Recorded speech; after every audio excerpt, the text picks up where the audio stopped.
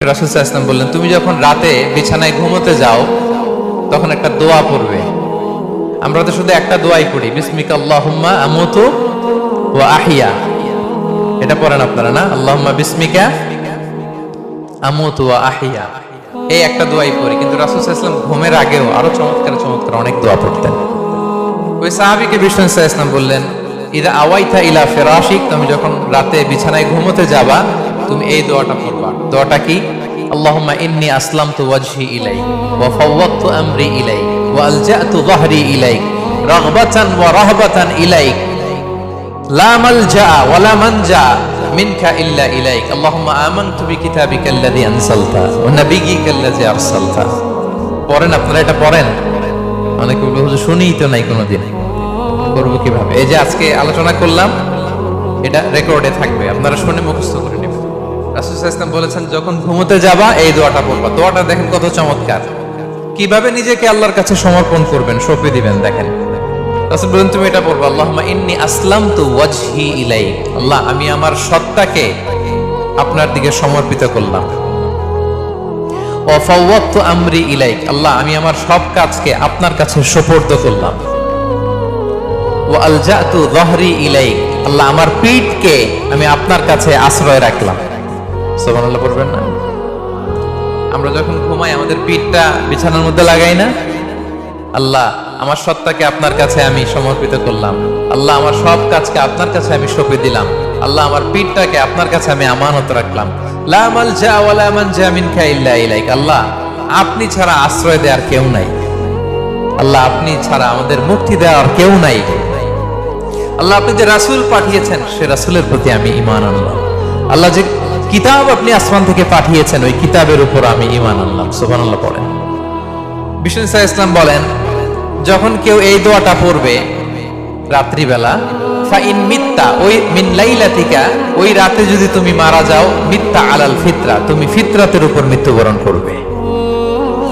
ওয়া ইন আসবাহতা আসবাহতা ওয়া ক্বাদ আসাবতা খায়রান কাসীরা, আর যদি রাতে মৃত্যু না হয় তুমি বেঁচে যাও তাহলে ওই দিনে তুমি প্রভূত কল্যাণ লাভ করবে। সুবহানাল্লাহ।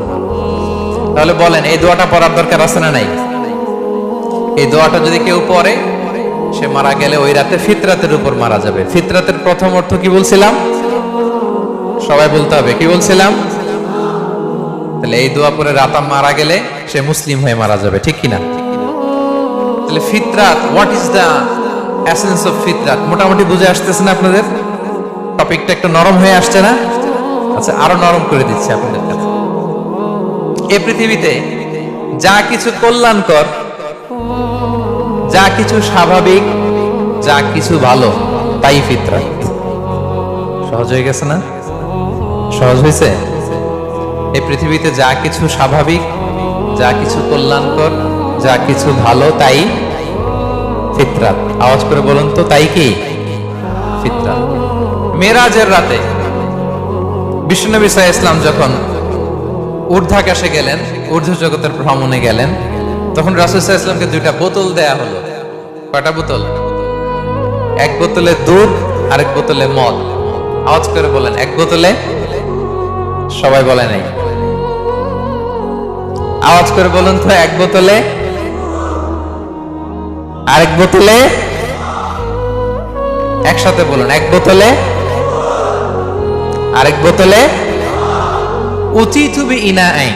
রাসূল সাল্লাল্লাহু আলাইহি ওয়াসাল্লাম বললেন, আমাকে দুটো বোতল দেয়া হলো, ফি আহাদিহিমা লাবান, একটায় দুধ, ওয়া ফিল আখিরি খামর, আরেকটায় ওয়াইন মানে মদ। এটা দিয়ে জিবরাইল আমাকে বলল, ফাকিলা লি খুয আইয়াহুমা শিতা, নবী হে যেটা ভালো লাগে নেন। অপশন দিয়ে দিল, চুজ করেন কোনটা নেবেন, দুধ না মদ। রাসূল সাল্লাল্লাহু আলাইহি ওয়াসাল্লাম বলেন, ফা আখাযতুল লাবানা ফাশারিবতু, আমি দুধের বোতল নিলাম এবং সেটা পান করলাম। ফাকালা হুদিতাল ফিতরা, আসছে ফিতরাত। এবার জিবরাইল আলাইহিস সালাম বললেন, you are guided to the ফিতরা, আপনি ফিতরাতটাই গ্রহণ করেছেন। আল্লাহু আকবার। আরেক বর্ণনায় এসেছে, আও আসাবতাল ফিতরা, you have taken the right path, you are on the track of ফিতরা। নবী হে আপনি ফিতরাটা গ্রহণ করেছেন, সঠিকটা নিয়েছেন। আমা ইন্নাকা লাও আখাযতাল খামরা, দুধের বোতল না নিয়ে যদি মদের বোতল নিতেন, গাওয়াত উম্মাতুক, আপনার পুরো উম্মাহ ভ্রষ্ট হয়ে যেত। মিসগাইডেড হয়ে যেত। এবার বলেন, মদের বোতল দুধের বোতল, কল্যাণকর কোনটা, স্বাভাবিক কোনটা, ভালো কোনটা, হেলদি ডায়েট্রি কোনটা? তাহলে ফিতরা কাকে বলে বুঝে গেছেন?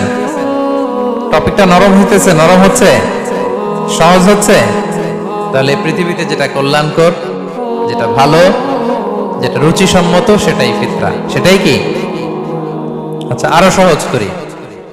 ফিতরাতের কিছু নিদর্শন রাসূল সাল্লাল্লাহু আলাইহি ওয়াসাল্লাম হাদিসে বলেছেন। এক হাদিসে বলেছেন 5টা, আর এক হাদিসে 10টা। কি কি? রাসূল সাল্লাল্লাহু আলাইহি ওয়াসাল্লাম বলেছেন খামসুন মিনাল ফিতরা, 5টা জিনিস আছে যেটা ফিতরাতের অন্তর্ভুক্ত। কি? এক নম্বরে আল খিতান, সারকামসিশন। খিতান বুঝেন তো, সুন্নাতে খাতনা। এটা ন্যাচারাল, এটা হেলদি, স্বাস্থ্যকর। বাংলাদেশে কিন্তু এই খাতনা নিয়েও এখন ষড়যন্ত্র হচ্ছে, ঠিক কি না? দেখবেন যে হসপিটালে খাতনা করাচ্ছে বাচ্চার, ওই বাচ্চা মরে যাচ্ছে, এরকম ঘটনা আছে না নাই? মানুষ যেন বাচ্চাদেরকে খাতনা করাতে ভয় পায়। কত সুদূর প্রসারী ষড়যন্ত্র! ডক্টররা এত চমৎকার ভাবে খাতনা করাচ্ছে, ওখানে বাচ্চা মরে যাচ্ছে। আর আমাদের সময়ে সব হাজাম দিয়ে, ঠিক কিনা? মনে আছে তো নাকি? হ্যাঁ, হাজাম দিয়ে খাতনা হয়ে যেত, কিছুই হয় নাই, সবাই সুস্থ, হেলদি। আর এখন ডক্টররা খাতনা করে, এখানে বাচ্চা মরে যায়। এটা ষড়যন্ত্র, ইটস এ বিগ কনস্পাইরেসি। এই কনস্পাইরেসি গুলোর ব্যাপারে আমাদেরকে সাবধান থাকতে হবে, ঠিক কিনা? এক নম্বরে খামসুন মিনাল ফিতরা আল খিতান, সারকামসিশন, মুসলমানি করা। ইব্রাহিম আলাইহিস সালাম ওনার 80 বছর বয়সে নিজ হাতে নিজের সুন্নতে খাতনা করেছেন। আচ্ছা, 2 নম্বরে আল ইস্তিহদাদ, পিউবিক হেয়ারস যেগুলো আছে দেহের অবাঞ্ছিত পশম, এগুলো পরিষ্কার করে রাখা। নাতফুল ইবিদ, বগলের পশম পরিচ্ছন্ন করে রাখা। তাকলিমুল আযফার, আঙ্গুলের নখ কেটে রাখা। নখ অনেকে এত বড় বড় করে রাখে, দেখবেন আছে না নাই? করা যাবে না, ময়লা জমে থাকে, আনহেলদি, খুবই বিশ্রী। নখ ছোট রাখতে হবে। কার কার নখ বড় আমি দেখতে যাব না, ভয় পায় না। আবার জাস্ট বলে দিলাম, নিজের সাথে নিজে বোঝাপড়া করে নিয়ে। আচ্ছা, তাকলিমুল আযফার গেল। কসসু শারিব, মুখ ছোট রাখা। এই হাদিসে 5টা। আরেকটা হাদিসে আছে ইফাউল লুহা, দাড়িকে ছেড়ে দেওয়া। দাড়িকে মাফ করে দিবেন আর মুখকে ছোট করবেন। বুঝতে পারছেন?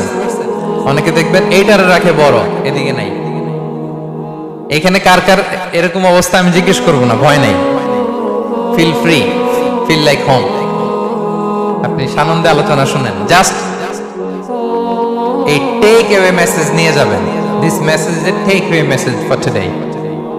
সাথে করে নিয়ে যাবেন, নিজেকে রাতের বেলা জিজ্ঞেস করবেন কি করা দরকার। সব নবীরা দাঁড়িয়ে রেখেছেন, এবং দৃশ্যমান এই একটা সুন্নাহ নিয়ে কবরে যাওয়া যায়।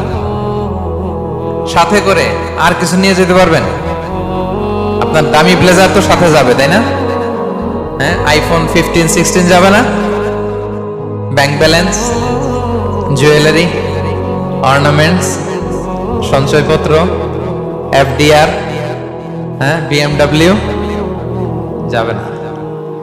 দৃশ্যমান দেখা যায়, অ্যাপারেন্টলি দেখা যায়, দৃশ্যমান একটা সুন্নাহ নিয়ে আপনি কবরে যেতে পারবেন। এটা কি? দাড়ি। যারা দাড়ি রাখছেন না তাদের কাছে জাস্ট প্রশ্ন রাখলাম, ভাববেন যে আমার রাখা উচিত কিনা। আমি জোরাজুরি করি না, কখনো জোরাজুরি করি না, কারণ জোরাজুরি না করে আমি ফল পাইছি বেশি, আলহামদুলিল্লাহ। জাস্ট মানুষের কাছে উপস্থাপন করি, হয়ে যায়, মানুষ গ্রহণ করে, আলহামদুলিল্লাহ। জাস্ট উপস্থাপন করলাম। যারা এটা বড় করেন নাই, বড় করে দিবেন, মুখ ছোট করে ফেলবেন। আচ্ছা, তারপর লাজুকতা, লজ্জা, লজ্জাশীলতা, এটা ফিতরাতের অন্তর্ভুক্ত। মেসওয়াক করা ফিতরাতের অন্তর্ভুক্ত। মেসওয়াক করেন তো আপনারা? রাসূল সাল্লাল্লাহু আলাইহি ওয়াসাল্লামের ইন্তেকালের আগে সর্বশেষ আমল মেসওয়াক। প্রিয় ভাইরা, মেসওয়াক করবেন। সব নবীরা যেগুলো বললাম লিস্ট, আরেক হাদিসে আছে মাদমাদা, ইস্তিনশাক, নাকে পানি দেওয়া, কুলি করা, গার্গেল করা, মানে ক্লিনলিনেস। দেখেন ইসলাম ফিতরাতকে কিভাবে আমাদের কাছে প্রেজেন্ট করেছে। ক্লিনলিনেস, পরিচ্ছন্নতা যেখানে ইসলাম আছে সেখানে। বিষ্ণু ইসলাম পারফিউম দিতেন, মেসওয়াক করতেন, সব সময় টিপটপ থাকতেন, পরিষ্কার পরিচ্ছন্ন থাকতেন। এগুলো অল এবং ফিতরা, এটা ফিতরাতের অন্তর্ভুক্ত।